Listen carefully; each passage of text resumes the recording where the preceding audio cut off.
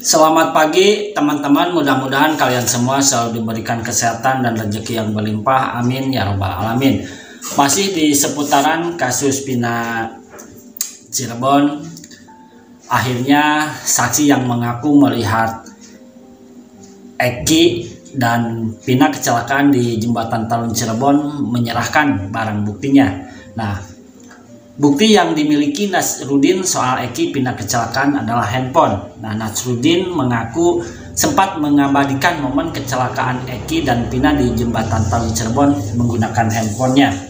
Nah, pada tahun 2016 silam, Nasrudin berprofesi sebagai tukang tambal bola dan dia mendatangi sekolah dan pesantren sampai lapangan futsal untuk menawarkan jasa tambal bola dengan berjalan kaki. Nah, pada Sabtu 27 Agustus 2016 silam, Nasrudin mengaku jalan kaki dari arah sumber. Nah, sesampainya di jembatan Talun, Nasrudin sempat berhenti karena merasa takut ketika melihat seseorang sedang duduk. Nah, dia takut uang hasil tambal bola itu dan handphone miliknya itu menjadi sasaran begal. Nah, kemudian ketika tengah merokok, Nasrudin mengaku melihat pengendara motor melaju dengan kecepatan yang sangat tinggi sambil berjalan zigzag dan standing. Nah, lalu pengendara motor itu terpental hingga kepalanya membentur tiang di jembatan Talun.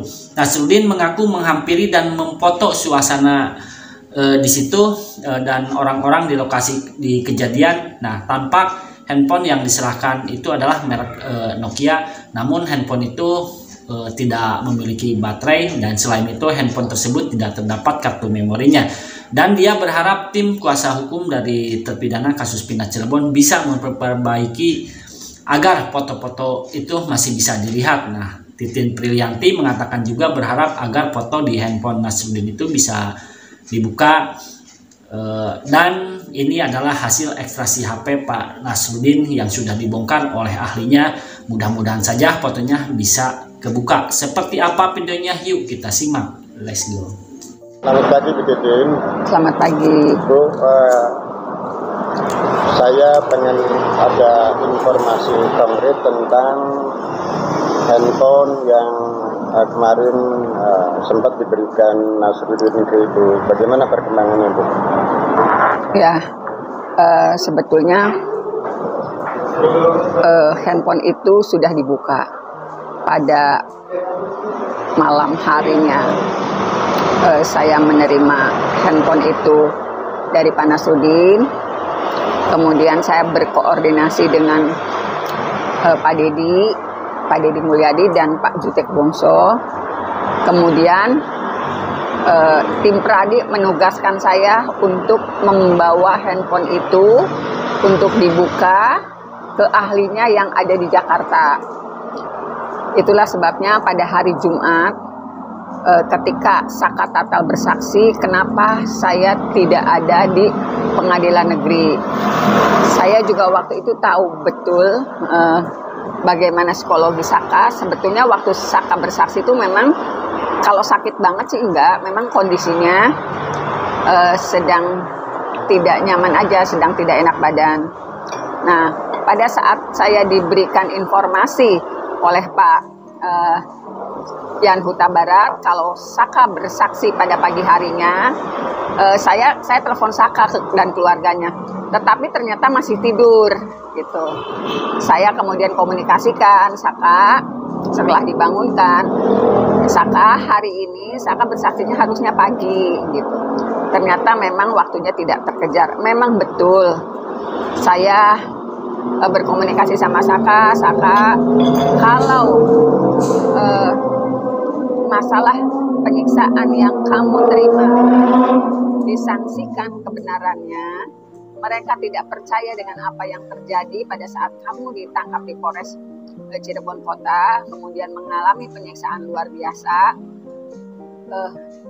Kamu boleh katakan apa yang kamu ini untuk meluapkan, untuk melapaskan kemarahan kamu, saya bilang gitu.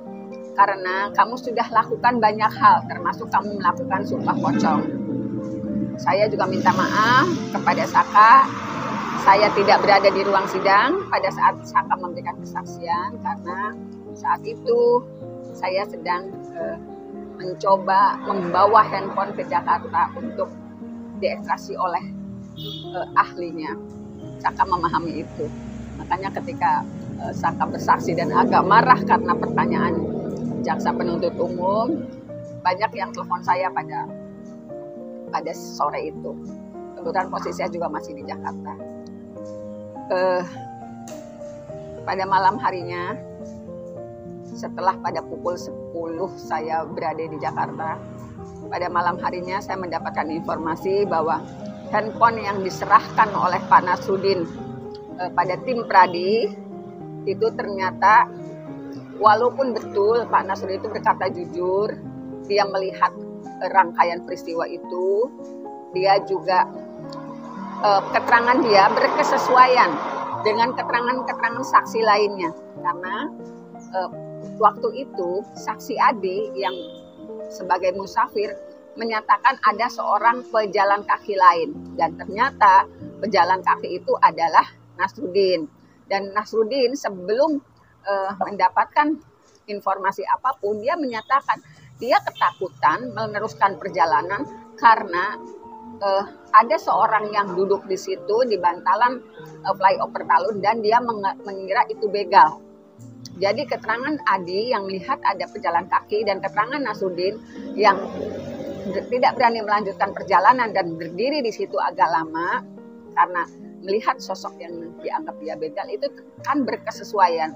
Jadi saya yakin, saya pastikan betul bahwa memang Nasruddin berada di tempat itu. Pengakuan Nasruddin yang sempat memoto juga bukan pengakuan bohong, karena memang betul. Buktinya apa? Handphonenya diserahkan kepada kami.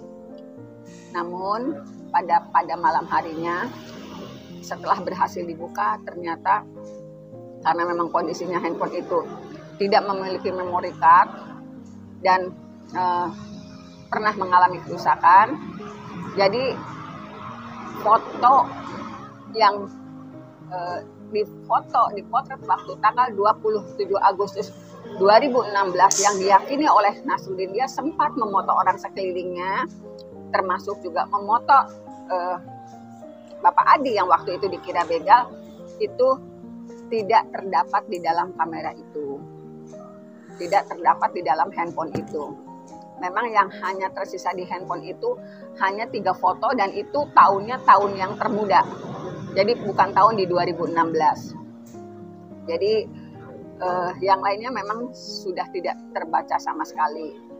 Kemudian karena berdasarkan hasil foto itu yang tidak terlihat di 2016, Nasruddin juga menyatakan sebetulnya dia sempat memindahkan seluruh foto itu kepada handphone lain yang berada di Cianjur.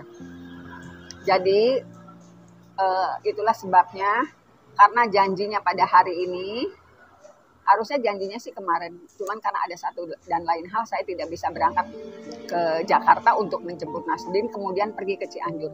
Hari ini saya berada di Jakarta dari kemarin, maksudnya supaya bisa berangkat pagi-pagi setelah saya menjemput Nasruddin, bisa berangkat pagi-pagi ke Cianjur.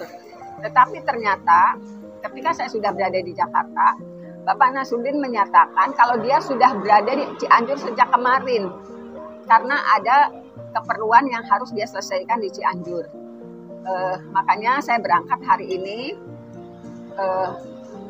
setelah sarapan ini langsung ke Cianjur, karena sudah janjian Bapak sebelum saya datang ke Cianjur, tolong Bapak jangan pergi dulu, saya khawatirnya Pak Nasruddin punya kepentingan. Kemudian ketika saya sudah sampai di Cianjur, kami tidak sempat mencari handphone itu. Jadi mudah-mudahan ini upaya kami semua untuk bisa menemukan bukti berupa foto yang pernah dipotret oleh Nasruddin, salah satu saksi yang melihat peristiwa di 2016 pada tanggal 27 Agustus. Mudah-mudahan masih ada di handphone yang dia pindahkan foto-fotonya dan sekarang berada di Cianjur. Mohon doanya, saya akan melakukan perjalanan ke Cianjur karena saya juga sekarang sudah posisi di Jakarta.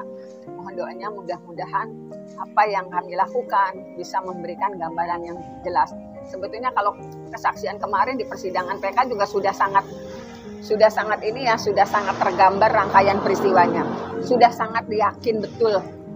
Apalagi dengan kesaksian-kesaksian yang melihat pertama kali bahwa ketika ditemukan tergeletak, Vina itu menggunakan short atau celana pendek. Berarti itu dengan tegas meluluh lantakan keterangan Suroto yang melihat bagian celana dalamnya melorot. Saya nggak ngerti kenapa sih Suroto manik kekeh dengan kebohongan itu. Karena dari 2016 pada saat bersidang saya juga meyakini Suroto berbohong. Saya meyakini betul karena dokter dari yang memeriksa